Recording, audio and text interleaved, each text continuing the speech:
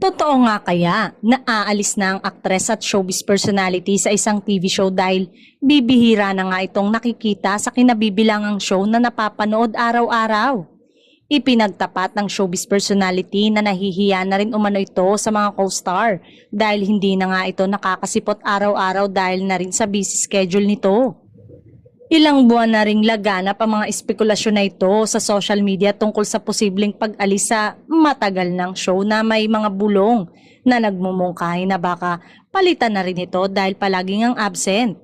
Samantala, may mga balita din na malaki din umano ang TF ni aktres kaya naman bibihira lamang din mag-show up at pabor naman sa mga namamahala ng show. Kilala ito na mataas ang talent fee at ayon sa mga ulat, aabot sa 25 million pesos kada pelikula ang kanyang talent fee.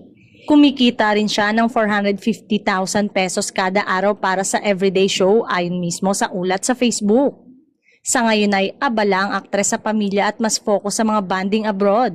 Bukod doon ay may bagong serye ito na pagbibidahan dahil matapos ang matagal na panahon ay magbabalik na sa telebisyon.